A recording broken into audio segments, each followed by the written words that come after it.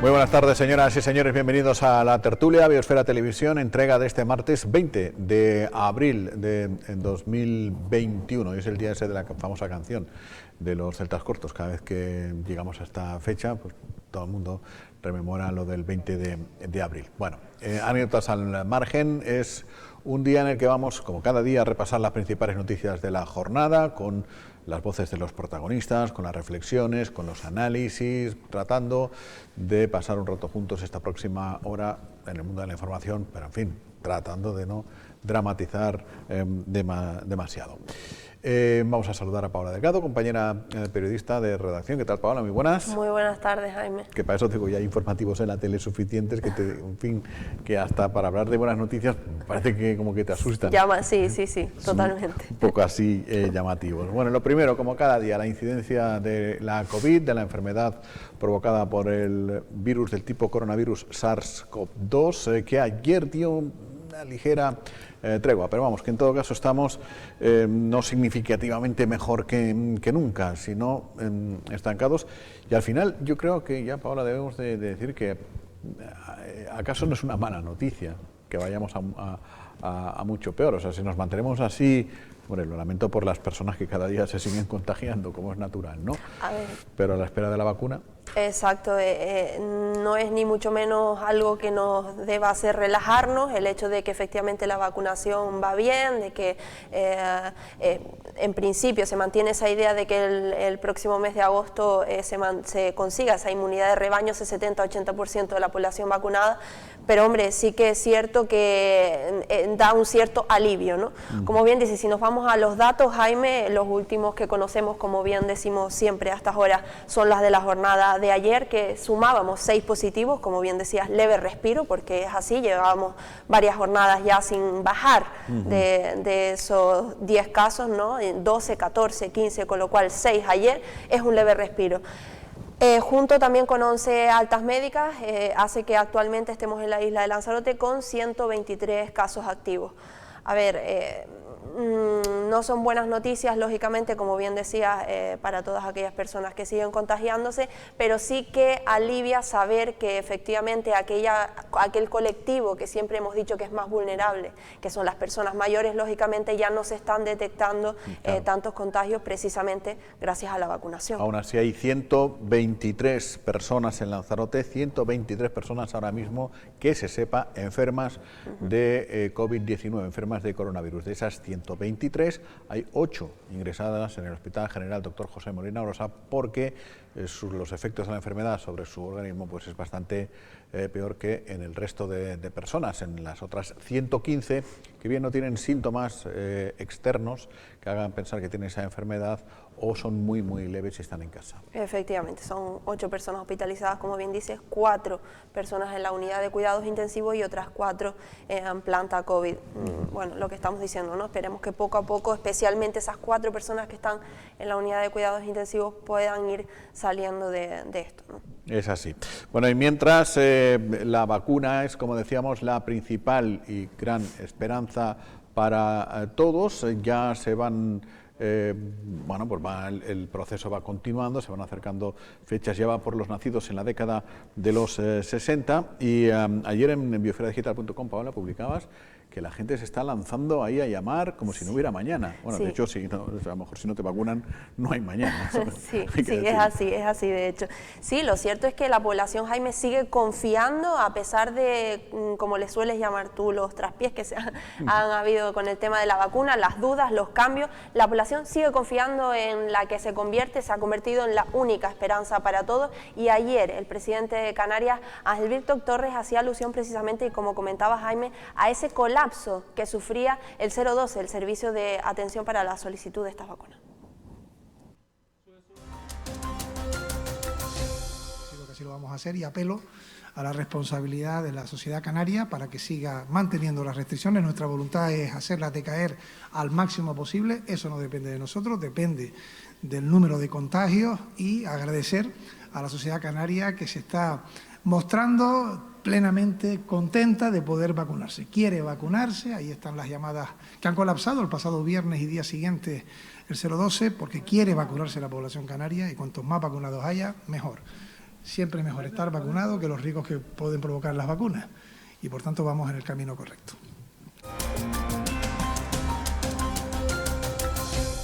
Bueno, quizá cabría recordar que el 012 es de pago, que hay números alternativos que empiezan por 928 en esta provincia y por 922 en la otra provincia, porque llamas al 012 y te cobran unos centimillos de euro, que en realidad no sé por qué es así. Pero, no debería. Pero es así, sí. Este no tipo debería. de números de servicios públicos donde tienes que llamar obligatoriamente para pedir cita al médico, que mucha gente lo desconoce, deberían de ponerlos ya pues gratis, ¿no? Como pues es sí. normal.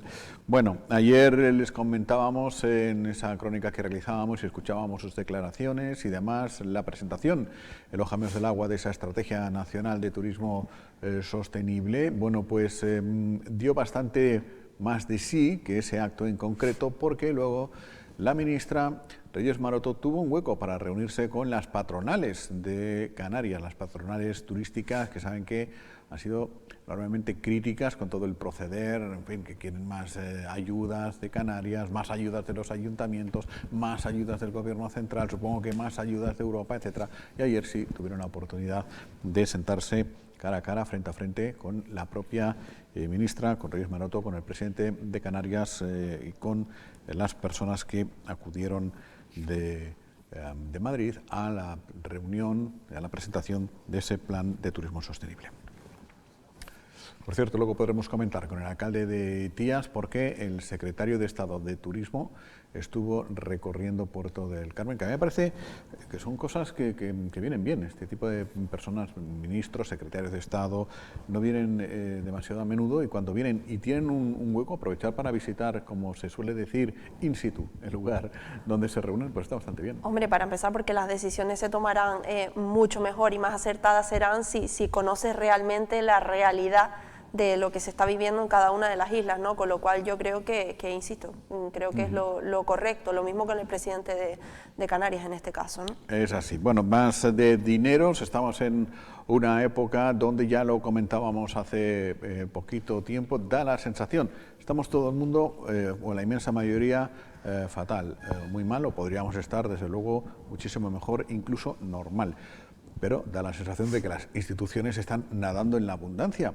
Todo el mundo tiene dinero. Europa tiene muchísimo dinero para paliar esta crisis económica después de la pandemia. España tiene muchísimo dinero para paliar la crisis económica después de la pandemia. Canarias tiene un superávit impresionante. El Cabildo de Lanzarote, los ayuntamientos, pero sin embargo no acaba de reflejarse en el día a día, porque luego todo el mundo se queja para de que no tiene dinero y que las ayudas no llegan, o que llegan mal, o que queremos más, o que no sé cuántos.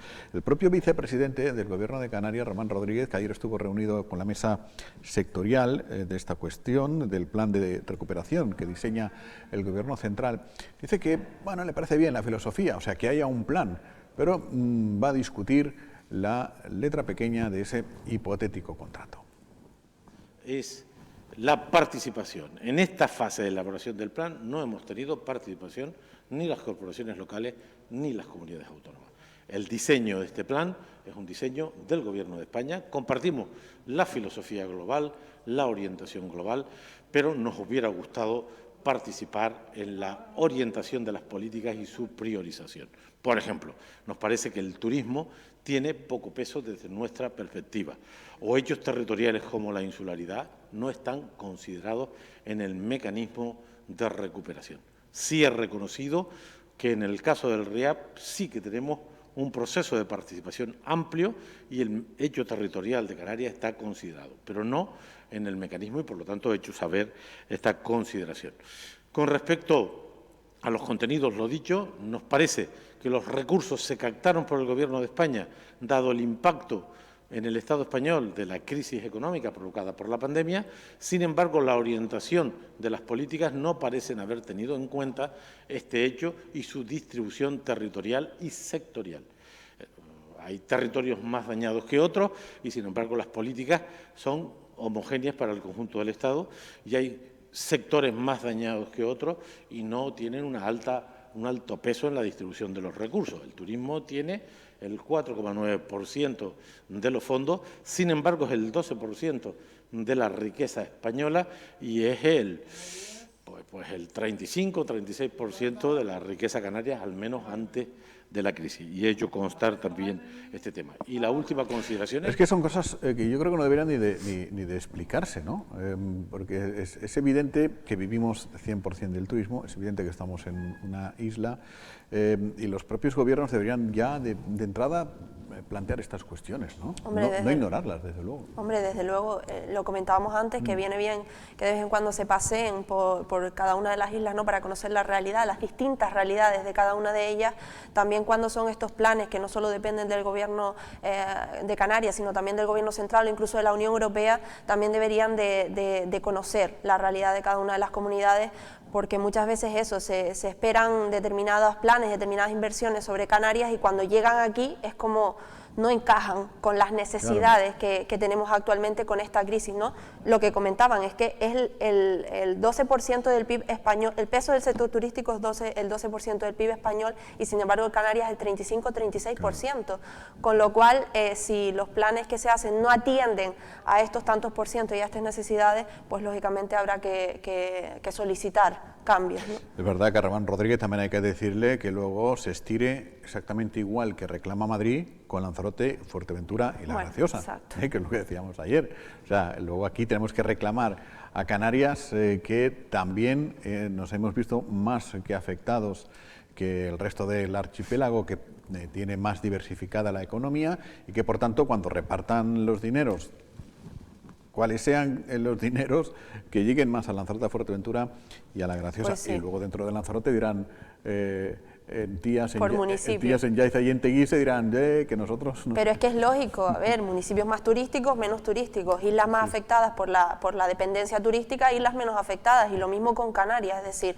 él mismo apostaba porque se tuviese en cuenta ese concepto de singularidad y de lejanía. Pues bien, pues Lanzarote y Fuerteventura lógicamente no van a pedir menos, ¿no? Dependemos más del turismo, por tanto necesitamos un plus, ¿no?, o algo más que nos compense con el resto de islas. Bueno, quien seguramente nos puede ayudar a entender todo esto es el alcalde de Tías, José Juan Cruz, con quien teníamos cita y con el que vamos a hablar de varias cuestiones que tenemos aquí apuntadas. Vamos a saludarlo lo primero. Alcalde, muy buenas.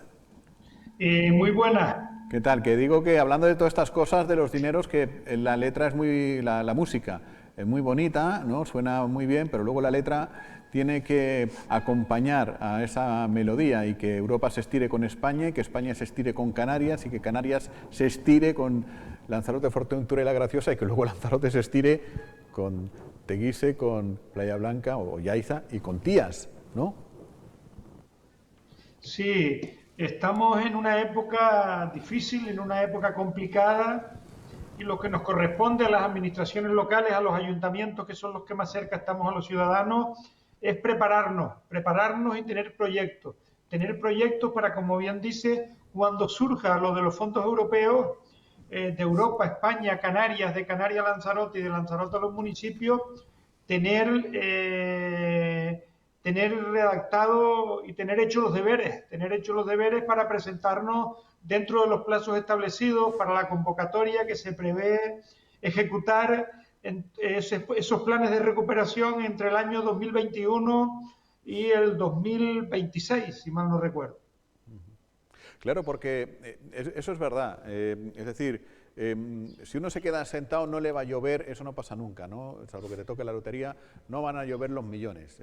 Tienen que ustedes que presentar proyectos y tener preparado pues algo donde invertir naturalmente ese dinero. Pasa un poquito con los planes de cooperación del Cabildo. El Cabildo ha dicho que tiene el mayor plan de cooperación de la historia, pero si no hay proyectos, no hay dinero. Ustedes creo que ya han presentado hasta 4. Sí, el Ayuntamiento de Tías a los planes de cooperación. En estos momentos se está en el proceso de adjudicar el plan de cooperación del año 2020. Para el Ayuntamiento de Tías es la mejora de las instalaciones deportivas del campo de fútbol de La Tiñosa por un importe muy próximo a 1 millón de euros, la colocación de la nueva hierba, el nuevo césped y mejorar el entorno, y la mejora del edificio de cultura en el pueblo de Tías. Ese es el plan de cooperación del Ayuntamiento de Tías para el ejercicio 20, que estamos en el proceso de adjudicarlo definitivamente y que las obras se puedan iniciar y que estén finalizadas allá para el mes de septiembre, octubre, cuando empiece de nuevo la actividad cultural y deportiva. Para el ejercicio 2021, el Ayuntamiento de Tías ha decidido trasladarla al Cabildo 4 proyectos con licencia, preparados para adjudicarlos cuanto antes. Me refiero al proyecto de la mejora del Centro Sociocultural de Mácher, adaptarlo a la normativa, a la accesibilidad, la normativa eléctrica, la normativa contra incendios y todo lo que conlleva modernizar la instalación. La calle Princesa Ica, en Puerto del Carmen, que lleva paralizada en torno a 3 o 4 años, finalizarla. Tercer proyecto, el velatorio municipal de Tías, velatorio municipal de Tías, que también está paralizado y que también pretendemos finalizarlo con lo que es el plan de cooperación del ejercicio 2021. Son los 4 proyectos que presenta... Y con el Estado, para los fondos de Europa, con el Estado, pues desde el mes de octubre estamos cumplimentando todas las manifestaciones de interés. De hecho, en la mañana del día de hoy estamos chequeando todos y cada uno de los proyectos, iniciativas. Estamos hablando más de 100 iniciativas y proyectos, de los cuales a día de hoy ya tenemos licencia y autorización para iniciar las obras en cuanto nos llegue el dinero para 25 o 30 proyectos. Ajá, o sea, ya esos son suprainsulares, dice usted, ¿no? Con los dineros europeos. No, nosotros estamos trabajando en proyectos municipales. Algunos de ellos coinciden con estrategia insular, que los ha presentado el Ayuntamiento de Tías, pero a lo mejor también los ha presentado el Cabildo Insular de Lanzarote o el Consorcio del Agua, porque tenemos mucho proyecto relacionado con agua, porque lo que no podemos permitir en esta isla de Lanzarote es seguir perdiendo el 57% de nuestra agua. Desde luego. Claro, desde luego. Alcalde, muy buenas tardes, lo primero. Quería preguntarle porque, bueno, mientras todo esto, como estamos viendo, se recupera, pues los municipios se preparan de cara a cuando vuelva a entrar ese turismo que todos estamos ansiosos esperando, y mientras tanto, desde luego, la situación económica sigue siendo muy complicada, y en el caso de Tías hemos conocido que recientemente se ha tenido que abrir otra oficina para la unidad de trabajo social en Puerto del Carmen. ¿Siguen, alcalde, aumentando las familias que se encuentran en situación de vulnerabilidad? ¿Cómo está manejando desde la administración toda esta situación? Muy buenas tardes. La situación es difícil y complicada, un cierre turístico, las empresas han mandado a todos los trabajadores al ERTE, otros muchísimos trabajadores ni posibilidad de ERTE han tenido, se han quedado sin cobertura de ningún tipo, y para ello la administración tiene que poner los pocos recursos que tiene a su alcance para poder darle cobertura a nuestros vecinos y vecinas, a nuestros trabajadores del sector de la hostelería, que son los que peores lo están pasando. Por ello, como bien dice, tenemos un equipo magnífico en servicios sociales de profesionales que lo están dando todo, que se han sacrificado en estos momentos difíciles, pero aún así hemos tenido que proceder a la contratación de personal vía convenios con el Gobierno de Canarias para dotar a una unidad de trabajo social en Puerto del Carmen. ¿Por qué Puerto del Carmen? Porque entendemos que es donde tenemos una mayor demanda. Estamos hablando de que el 70% de la población del municipio de Tías que necesita de ayudas sociales reside en Puerto del Carmen. Estamos hablando de que estamos atendiendo a más de 600 familias. Por lo tanto, es nuestra obligación en un año difícil, un año 21 que en lo social va a ser peor que el ejercicio 2020 porque se están acabando las pocas reservas o los pocos recursos que podían tener la familia o la propia administración. Aún así, seguiremos este año haciendo un esfuerzo en lo social, y si tenemos que cerrar el grifo en otro tipo de gastos que no son tan primordiales o necesarios, lo tendremos que hacer y hacérselo entender a los ciudadanos. Ayer estuvo, lo decíamos antes, Fernando Valdés, el secretario de Estado de Turismo, en fin, junto con otras personas, la presidenta del Cabildo, etcétera, acompañándole en un recorrido por Puerto del Carmen, interesándose, bueno, pues por proyectos y por cosas del municipio turístico. Esto es así, ¿no?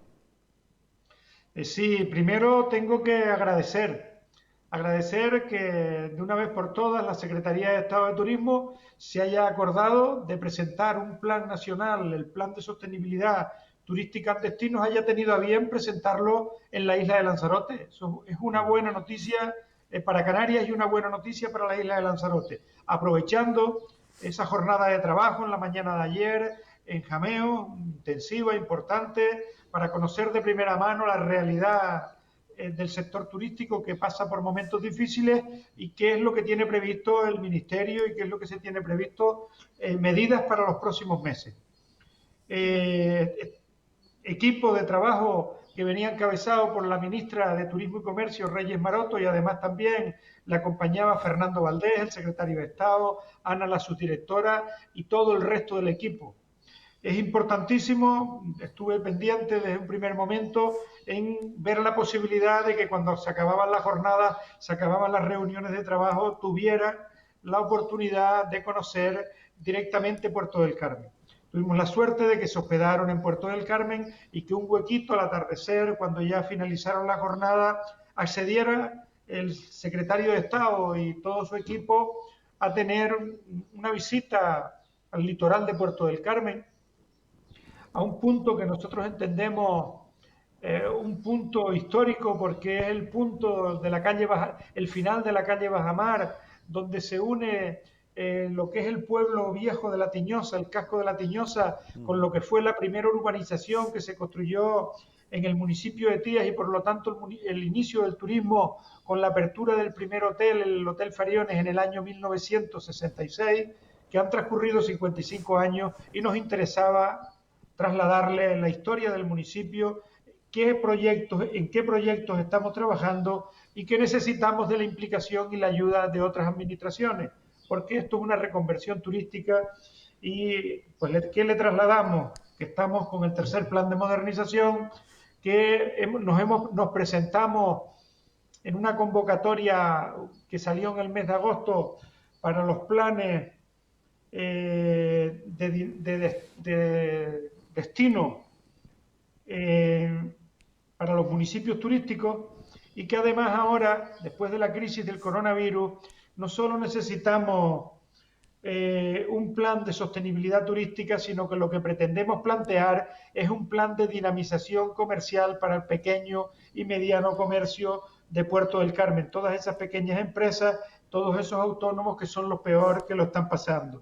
Por lo tanto, tenemos ese documento prácticamente redactado, lo queremos presentar en esta segunda convocatoria a la Secretaría de Estado, y además seguimos trabajando con el documento de estrategia Plástico Cero, que presentaremos esta semana en el litoral de Puerto del Carmen, en el muelle de la Pila de la Barrilla, y también estamos trabajando un documento de sistema de inteligencia turística conjuntamente con los 12 municipios de Canarias que tenemos CAMA. En esa dinámica estamos, se lo trasladamos al secretario de Estado, a todo su equipo, y este tipo de reuniones son buenísimas, porque cogemos los contactos directos para cualquier gestión que se tenga que hacer con Madrid, para cualquier subvención o cualquier dinero que podamos conseguir para reconvertir en definitiva y mejorar la infraestructura turística en Puerto del Carmen, tanto la pública como la privada. Sí, desde luego, lo que comentábamos antes, que estas personas se paseen, ¿no?, por las islas para que efectivamente conozcan las distintas realidades. Alcalde, cambiando de tema, hemos estado hablando todos estos días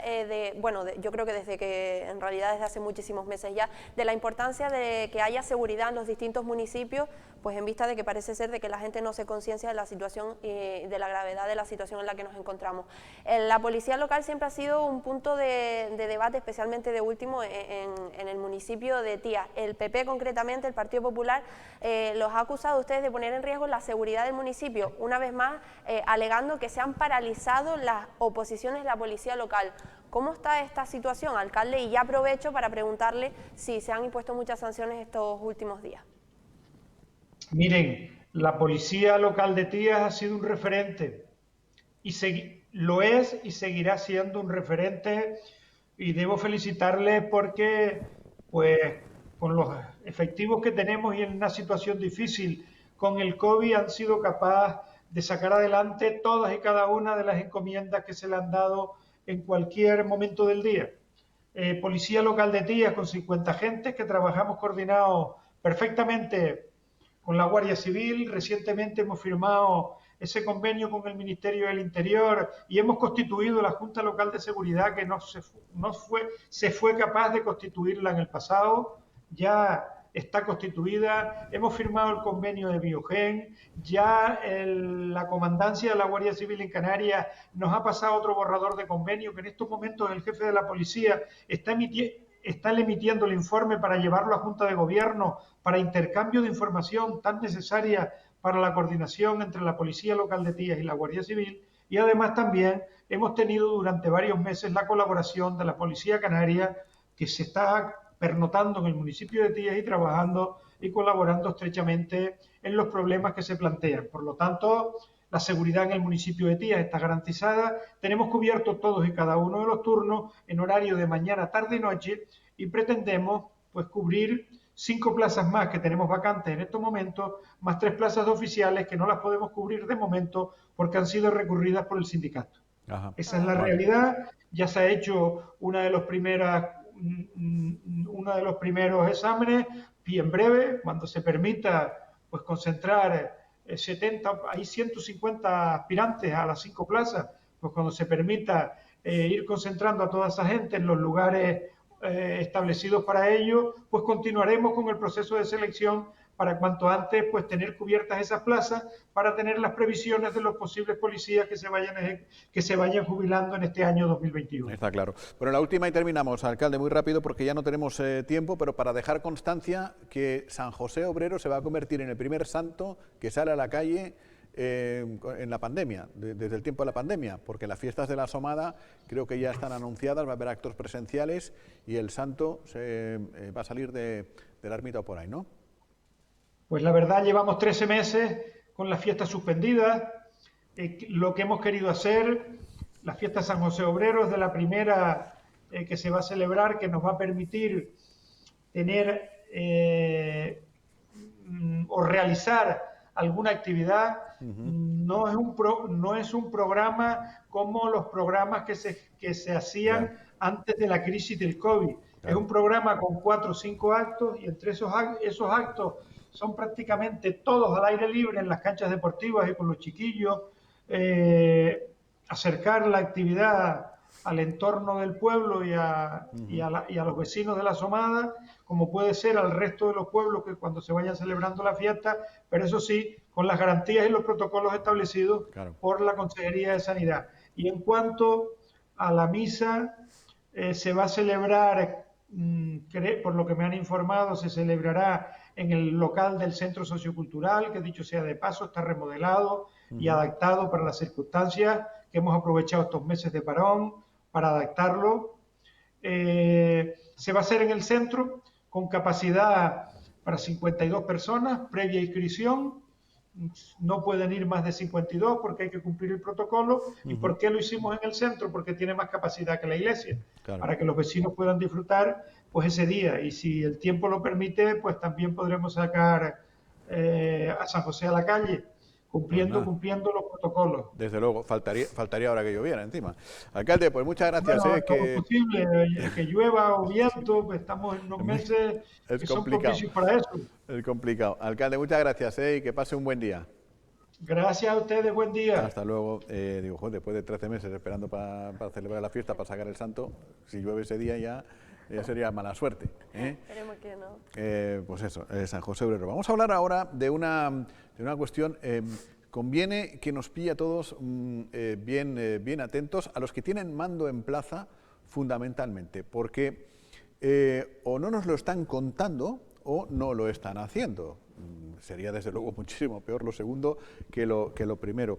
Pero leyendo estos días lo que va a hacer, o lo que está haciendo ya el Cabildo de Gran Canaria, dices tú, ostras, si en Lanzarote estas cosas no las podríamos hacer tan bien, o cómo se hacen o cómo no se hacen. El titular es que el Cabildo de Gran Canaria aspira a obtener casi 1.300 millones de euros, han oído bien, 1.300 millones de euros de fondos del plan Next Generation de la Unión Europea para cerca de 500 proyectos de transición energética y lucha contra el cambio climático. Evidentemente tienen que estar esos proyectos, es lo que hablábamos con el alcalde de Tías recién. Es decir, el dinero nadie te toca en la puerta, toc toc. Cabildo de Gran Canaria, sí, tome, 1.300 millones, ¿no? Tenemos que tener una serie de proyectos y demás, ¿no? Vamos a hablar con el responsable justamente de energía, el coordinador de energía del Cabildo de Gran Canaria, especialista en la materia, Raúl García Brin, creo que nos está escuchando ya. Hola Raúl, ¿qué tal? Muy buenas.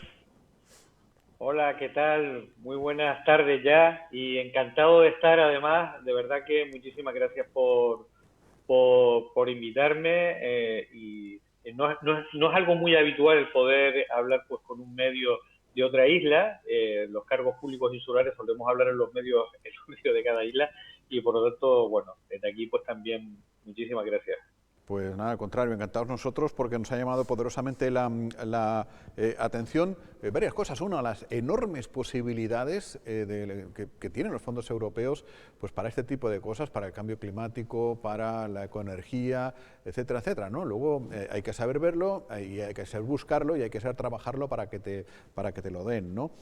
Estamos hablando, Raúl, de proyectos que van, en fin, pues desde la puesta en marcha de comunidades energéticas, por ejemplo, a puntos de recarga para vehículos eléctricos, abarca un muy amplio campo, pero estamos hablando de 500 proyectos que desde luego transformarían la isla de Gran Canaria por completo.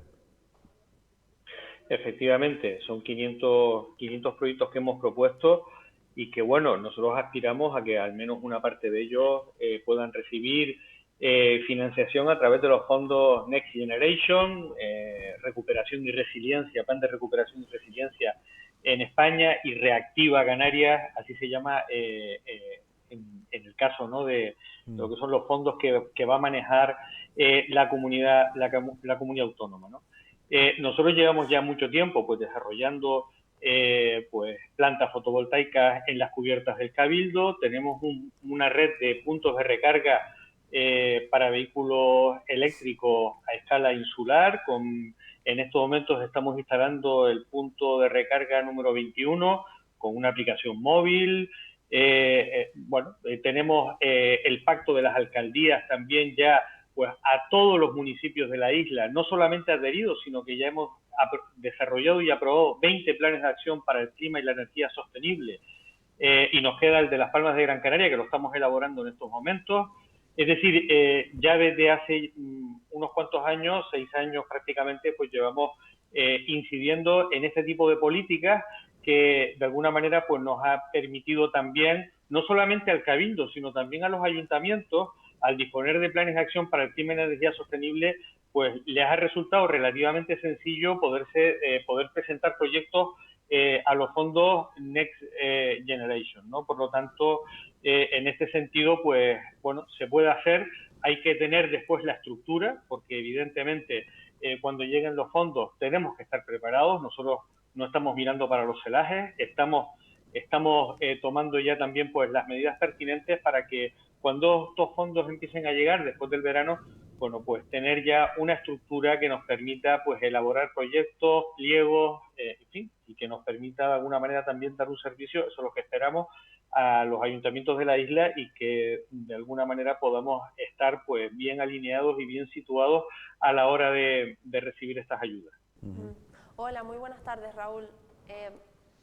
Buenas tardes. Hablábamos antes de precisamente de esa fuerte dependencia que tenemos del turismo, especialmente en Lanzarote y Fuerteventura, de ahí el hecho de que quizás se tengan que coger recortes, ¿no?, en muchos de estos aspectos, y es que decían, según dentro de esos proyectos, según el Cabildo, otro de los sectores que debe adaptarse a estas políticas de transición energética es el turismo. ¿Podría explicarnos, Raúl, un poco pues en qué consistiría o en qué debemos readaptarnos en este aspecto, en el aspecto turístico?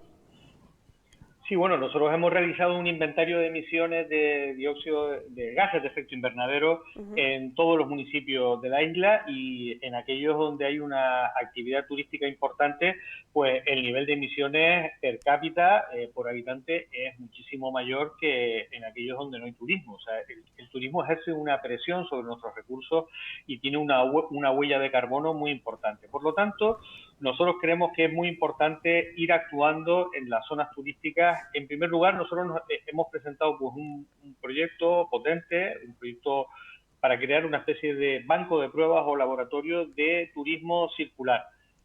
Nosotros estamos absolutamente convencidos de que la economía circular es algo que va a llegar ahora, está llegando, pero que va a llegar de manera mucho más intensa a corto y medio plazo, y de luego el turismo el sector servicios tiene que hacer un esfuerzo también por utilizar menos recursos, por maximizar su valor, por eliminar en la medida de lo posible también los residuos, intentar generar la menor cantidad de residuos posible y por lo tanto intentar de alguna manera pues que el sector turístico también pues bueno se desacople en la medida de lo posible de esta economía basada en el carbono. Y para eso pues hemos recurrido a un proyecto con 20 socios de 10 países europeos distintos, donde vamos a intentar aplicar soluciones tecnológicas disruptivas en el sector hotelero.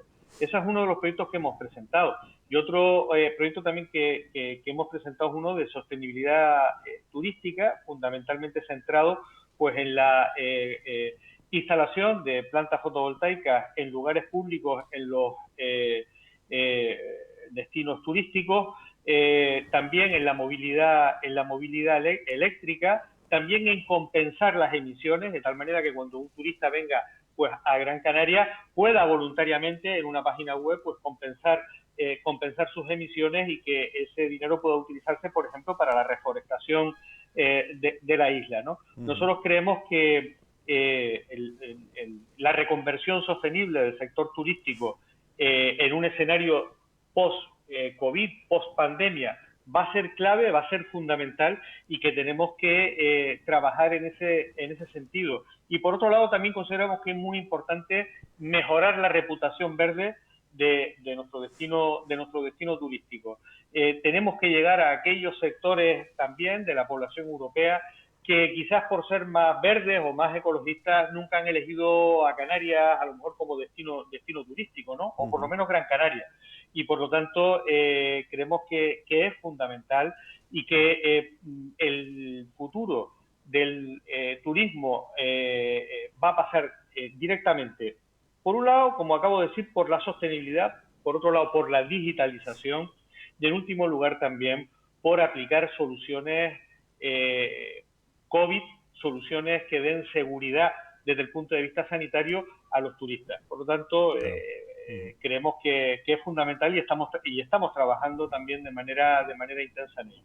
Eso en Gran Canaria, que efectivamente es una isla, por su propia realidad orográfica, socioeconómica y demás, bastante más compleja, por ejemplo, que Lanzarote, o que El Hierro, que La Gomera, que La Palma y que Fuerteventura, ¿no? Hay una cuestión, Raúl, también que me ha llamado mucho la atención y es la creación, me gustaría que lo desarrollara brevemente, de las llamadas comunidades energéticas y sobre todo una también para los consumidores, para los ciudadanos, pero una que puede convertirse en pionera en el Estado para las industrias, crear comunidades energéticas vinculadas a la industria. ¿Esto cómo sería? Bueno, las comunidades energéticas desde un punto de vista general consisten básicamente en las de carácter industrial. Bueno, si tienes un polígono industrial y tienes empresas que ya están produciendo, por ejemplo, energía fotovoltaica para su autoconsumo, y también vierten una parte de esa energía en la red, el precio que se suele pagar, que suelen pagar las distribuidoras por la energía que tú viertes a la red es muy bajo. Tú la tienes que comprar normalmente a un precio muchísimo más alto. Básicamente, si montas una especie de cooperativa o de comunidad energética industrial, lo que logras es que le vas a vender a tu vecino la energía a un precio más alto del que te paga la distribuidora, pero al mismo tiempo más bajo del que tienes que comprar normalmente, tendría que comprar tu vecino normalmente en el mercado habitual, de tal manera que creas una comunidad energética en la que se pueden producir ahorros de hasta un 40% en la factura energética de las empresas. Todo esto, por supuesto, incluyendo pues el trabajo de las instituciones públicas, intentando también en estos polígonos industriales pues introducir más energías renovables, baterías y también una plataforma digital que estamos trabajando con una empresa experta en dicho sector que nos permita también pues realizar los intercambios de compraventa de energía, primero a través de una gestión inteligente, porque uno no puede estar todo el día viendo a ver cuál es el momento más adecuado y cuáles son los precios más adecuados en cada momento. Entonces, a través de algoritmos lograr pues una gestión favorable también a los intereses de cada uno de los miembros de esa comunidad energética, y por otro lado también con tecnología blockchain que te permita también tener pues una transparencia total y absoluta en lo que es la compraventa. Esto en la parte industrial, y en la parte más ciudadana, lo que son los barrios solares, que ya hay alguna experiencia a nivel del Estado español. Por ejemplo, en Zaragoza hay alguna ya en este sentido, y en la zona de Valencia, y básicamente consiste en que, por ejemplo, el Cabildo pues construye una planta fotovoltaica de 100 kilovatios o menos en una cubierta, por ejemplo, de un colegio público, vamos a suponer, y entonces sirve la energía, le vende la energía a los vecinos que se encuentran a 500 metros o menos de esa planta fotovoltaica, le puede vender la energía a esos vecinos, ¿no? Y eso lo puedes hacer a un precio mucho más barato. También se producen ahorros en la factura energética de una media de un 20% aproximadamente, aparte de que siempre se puede dedicar una parte de lo que está generando en esa planta fotovoltaica a familias más vulnerables o que se encuentren en riesgo de pobreza energética, y por lo tanto servirles pues ya la energía pues a un precio todavía mucho más reducido, ¿no? Entonces, las comunidades energéticas han llegado para quedarse, son una iniciativa de la Unión Europea. El futuro energético nos va a convertir en prosumidores, es decir, en productores y consumidores al mismo tiempo de energía, y esto va a generar también una democratización del sistema energético, en el sentido de que vamos a tener una energía mucho más distribuida y por lo tanto más democrática, y también los ciudadanos vamos a poder beneficiarnos de la compraventa como productores y consumidores de dicha energía, o al menos, en este caso, en el de las comunidades energéticas, por ejemplo, los barrios solares, el ciudadano no tiene que realizar ninguna inversión, la realiza una institución pública, como en este caso puede ser un cabildo o un ayuntamiento, no tiene que realizar ninguna inversión para poderse beneficiar de las energías renovables. Por lo tanto, creemos que esto es algo absolutamente replicable, además, en cualquier isla, y sí me gustaría decir que este tipo de proyectos, a otra escala, por supuesto, se pueden también replicar. Todo lo que hemos estado hablando ahora se puede replicar en realidad en cualquier lugar, en cualquier comarca, en cualquier isla. Solamente hay que tener pues voluntad y ganas de llevarlo adelante, y también ganas de transformar la realidad hacia vamos a decir que un modelo más sostenible y energéticamente mucho más verde. Desde luego, un modelo de ecoisla, y desde luego plantar cara y dar respuesta a las amenazas del cambio climático, ¿no? Raúl, pues cualquier otro día le robamos otro ratito más, porque nos encanta hablar de estas cosas, nos quedan muchísimas en el tintero, y quién sabe si los ecos llegan, Paola, donde tengan que llegar también en Lanzarote, y nos apuntamos a esta cuestión, que yo sé que se está trabajando también en la isla en torno a ello, pero con mayor énfasis si cabe. Muchas gracias por atendernos, Muchísimas gracias a ustedes, un placer, y desde luego cuando quieran, pues encantado de estar en Biosfera Televisión. Muchas gracias y muy buenas tardes. Bueno, vamos a saludar a José Ramón Sánchez, compañero periodista, delegado en la isla del diario Canarias 7 y con muchos vínculos en Gran Canaria. ¿Qué tal, José Ramón? Muy buenas. ¿Qué tal? ¿Todo bien? Yo no te estoy escuchando, yo no sé si te está llegando el sonido, no está llegando. Estábamos hablando de Gran Canaria, que se ha pedido casi 1.300 millones de euros de fondos europeos del Plan Next Generation para 500 proyectos para la transición energética y la lucha contra el cambio climático en Gran Canaria. Estamos hablando aquí con Paola, que no sé si aquí no nos lo han contado o no nos lo hemos enterado, pero no sé si también están pidiendo lo mismo o parecido, ¿no? Nada, no se oye. Yo pensaba que sí que se iba a oír, pero lo siento, Joserra, que no te escuchamos, y el lenguaje de signos todavía no lo controlo como para poder traducir simultáneamente y tal. A ver ahora. Nada, que no. Que bueno, lo que sí teníamos pendiente. ¿Ahora me escuchas, Leo? Mira, Ahora sí. Ah, menos mal. Ahora que ya me iba. No te dejo irte. Que ya digo tenía que, Paola. que estas cosas es de lo que se debería hablar bastante más, ¿eh? Sí, Jaime, razón tienes. Y aquí algún proyecto se está articulando y se está gestionando, pero luego también es verdad que las administraciones, por diferentes circunstancias, pues ponen peros. Por ejemplo, tenemos un parque de eólico que no ha salido del municipio de Tía, por diferentes circunstancias el ayuntamiento dijo que no, y además creo que además en este sentido con buen proceder, porque los vecinos no estaban de acuerdo, porque eran más molestias de las que beneficios.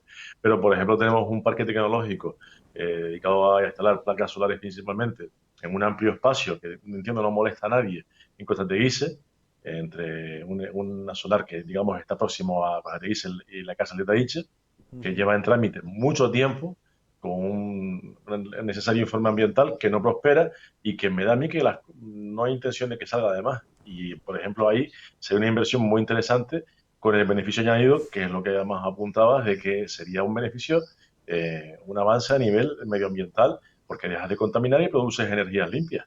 Sí, sí. No, y un sello, ahora que tanto se lleva lo de lo comentaba Raúl García Brin, pero bueno, en fin, también no hace falta que lo comente él, es algo que ya se sabe, la mayor sensibilidad también por parte del viajero, del turista, en buscar lugares, en fin, no agresivos hacia el medio ambiente, que sean ecoamables, etcétera, etcétera. Claro, es que lo tiene todo, son todos beneficios la contra puede surgir, pero son las menos. Y desde luego con una cuantía, ¿sabes? Lo que en cuanto a una versión cualitativa de una escala bajísima. Con lo cual, quizás tengamos que tirar de las orejas a las administraciones públicas, porque me temo que en muchos casos tienden a la versión cortoplacista de las actuaciones y no piensan a largo plazo y no establecen criterios ni tienen planes de trabajo con vistas a un lustro, lo digamos ya un quinquenio. Ya. Entonces, claro, si no proyectas con vistas a saber qué hacer dentro de 15, 20, 30 años, evidentemente cuando llegue ese tiempo que llegará, no habrá planes para actuar. Bueno, pero mientras tanto nosotros lo que tenemos es el ejército español quemando queroseno aquí, que se vuelve loco, ¿no? Con los avioncitos, Sí, el ejército español y de media Europa, me parece, ¿no? Que tenemos ruido para mucho rato, Joserra. en principio hasta el próximo viernes inclusive. Madre Esa es mía. la idea. Mañana además van a hacer una presentación un poco para dar explicaciones de lo que se ha hecho y lo que se va a hacer, para qué va a servir este ejercicio conjunto de diferentes fuerzas militares. Y es verdad que, por ejemplo, cuando llegaban el domingo varios Eurofighters procedentes de la base de Morón en Andalucía, pues el espectáculo para los que estaban en Playa Honda era digno de seguir y la estampida y el ruido pues se dejó notar Dígame, ¿y a esto mucha qué es? Sí, sí. ¿Esto qué es como una superliga, pero del ejército del aire? ¿O qué? No, yo creo que la Superliga es otra guerra y iba además a dar... Ahora sí quieres hablar, ¿no? Hay que hablar, Tema de la sí. liga. ¿Verdad que sí? Me está diciendo Paula que sí con la cabeza, con lo de los avioncitos, porque me da que también Se enteró, ¿no? hay que ver unos cuantos, ¿no? Sí, sí, mañana estaremos, como bien decía José Ra, en esa presentación a ver qué es lo que nos explican, pero en cualquier caso sí, sobre todo anunciarlo para que la gente no se asuste cuando escuche esos ruidos, que de hecho en el propio programa ya hemos escuchado alguno por aquí ahora. Sí, verdad, sí que llama muchísimo, llama mucho la Impacta, impacta. Leíamos ayer, de hecho lo comentamos aquí en el programa, citando naturalmente las fuentes de Canarias 7, que... Me vas a hablar después fiestas, ¿no? Sí, eso. Ya te conozco yo a ti. Básicamente porque lo comentamos con Paola, es decir, cualquier ciudadano, todos, tenemos todo el derecho del mundo si consideramos violados cualquiera de nuestros derechos que tenemos, oye, pues de entablar cualquier tipo de acción contra quien entendemos que nos ha violentado o conculcado nuestros derechos, etcétera, etcétera, ¿no? Pero sí resulta, en fin, un poco llamativo toda esta cuestión, que al final no sé si también ha afectado a los medios o no ha afectado a los medios que sacaron y que informaron primeramente la noticia, como es el caso de ustedes. A ver, a mí personalmente no me ha afectado en absoluto. O sea, sí es una cuestión que hemos contado de las reacciones, la última incidencia de toda esta película es lo que comentábamos en papel y en web ayer. El juez Fiestra ha presentado una queja, hay una investigación interna de Guardia Civil por ver qué pasó y si hubo algún tipo de supuesta actuación irregular con la filtración, dice, de las imágenes. En fin, pero también te puedo decir que, por ejemplo, ya hay una campaña de recogida de firmas en Cher.org y además con varios cientos de apoyos ya en cosa de menos de 24 horas, pidiendo que el Consejo General del Poder Judicial tome medidas en contra del magistrado. O sea que reacciones hay en uno y en otro sentido. Bueno, pues vamos a ver cómo termina finalmente todo esto, pero Pues todo el mundo, es verdad que... Desde el punto de vista objetivo entiendo, y a ver, porque creo que los hechos son los que son, la denuncia es la que es, hubo una celebración, en principio, presuntamente ajena al planteamiento permitido en días en que estábamos en nivel 4 de alerta sanitaria, en una presencia que estaba el juez Fiestas de por medio. Reconocido por el entorno más cercano del juez. Es verdad que al juez no lo hemos escuchado, ni nadie ha puesto en su boca ningún tipo de declaración, pero sí recuerdo que se puso en boca de personas del entorno más cercano del juez, reconociendo que, en fin, que no era una fiesta, pero que sí se habían reunido más personas de las que podían reunirse. Sí. Claro. A ver, es que al final lo de fiesta o no fiesta... sin ir más lejos, la del fin de semana pasado, esas 13 personas que fueron denunciadas por estar en un garaje de fiesta y demás. Hombre, yo imagino que esas personas que según se les ve cometiendo esa ilegalidad y se les multa y se les dice toma una denuncia y ven este otro tipo de cosas en las que al final hay tanto, pues dirán, oye, al final... Ya. Que denuncia bien puesta sea, lógicamente, porque están cometiendo una ilegalidad, pero quiero decir que con el unas concepto cosas es un poco distinto. Tú puedes organizar una fiesta y ser un muermo que te acabas aburriendo, o puedes organizar me como mi denuncia una y cena para punto. otro matrimonio y acabar eso como en una fiesta tremenda, ¿no? Bueno, en fin, no lo sé. Pero todo el mundo tiene derecho a ir hasta el fondo de las cuestiones. Hombre, a ver, imagino que la investigación, el expediente estará en curso.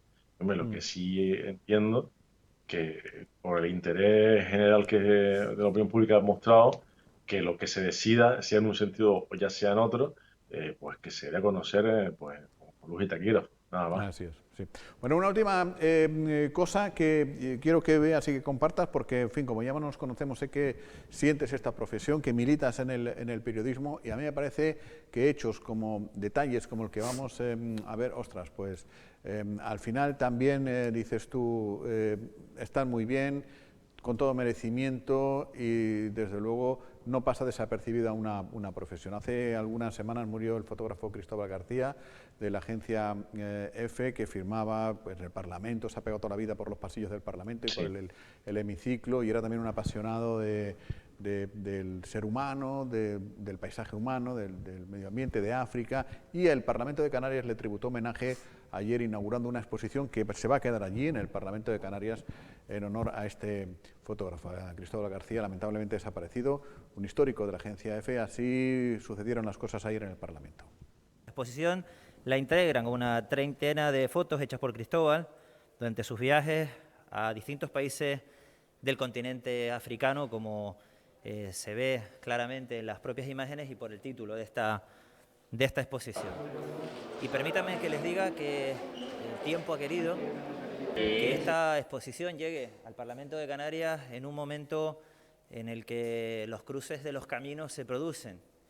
Por un lado, porque este Parlamento para siempre tendrá entre sus paredes, entre sus rincones, el recuerdo de Cristóbal, de alguien que forma parte de la familia del Parlamento de Canarias. Me lo han oído decir muchísimas veces, pero considero que el Parlamento de Canarias lo hacen posible, por supuesto, los 70 diputados que lo componen, pero básicamente las personas que trabajan en el Parlamento, las que difunden lo que aquí ocurre y sobre todo los periodistas, los medios de comunicación, los fotoperiodistas que captan los momentos que quedarán para siempre guardados e inmortalizados y que cuando estamos a punto de cumplir 40 años de Parlamento, pues son un testigo impagable de lo que ha ocurrido aquí durante 4 décadas. Por eso el Parlamento de Canarias siempre estará en deuda con Cristóbal, va a seguir siendo siempre su casa, la de su familia, y siempre tenemos para él un recuerdo cariñoso y entrañable. Bueno, pues yo creo que no podemos terminar con una mejor cosa, ¿no? Pues sí, yo creo que sí. Prestigia a todo el mundo, al bueno de Cristóbal, a su y esperemos que al Parlamento, muestra, al presidente, etcétera. Que decía que esperemos que la muestra, una vez que ya estén las cosas relativamente normalizadas, de gira por Canarias, porque el Parlamento cuando hace alguna actividad de este estilo lo suele hacer. Y que a lo mejor nos tocará igual esperar medio año, un año, año y medio para que llegue a la isla, pero cuando esté aquí, pues eso, que podamos disfrutarla también aquí en nuestra casa. Bueno, de hecho la intención de Matos, el actual presidente del Parlamento, era descentralizar cuanto más mejor las actividades del Parlamento de Canarias. Inauguró la décima, creo que es la 10ª legislatura en la isla de La Graciosa, y su intención era contar con el resto de las islas, lo cual nos parece muy bien porque el Parlamento es de todos, aunque vaya nada más que vayan 8 de aquí. Bueno, 9 ahora, con la nueva cosa esta. Bueno, Joserra, pues hasta otro rato, ¿eh? Que yo, y ya creo que el mes que viene me dejan ir a verte. ¿En mayo sí? Ah, pues mira. Sí, parece ser que estamos en fase de negociaciones. Pues está bien. Así ya puedo sentarme incluso relativamente cerca de ustedes. Tenemos un hueco. Ahí la comunicación no fallará tanto. Tenemos aquí más cerca. Eso seguro. Hasta luego. Pues sí, la cosa sigue así. Algún día tendremos ya que empezar a saludarnos de nuevo los seres humanos. Esperemos que todo sea presencial, que podamos ver a la gente aquí, no a través de una pantalla, y que no tengamos que empezar los programas hablando de los datos también del COVID. Ojalá.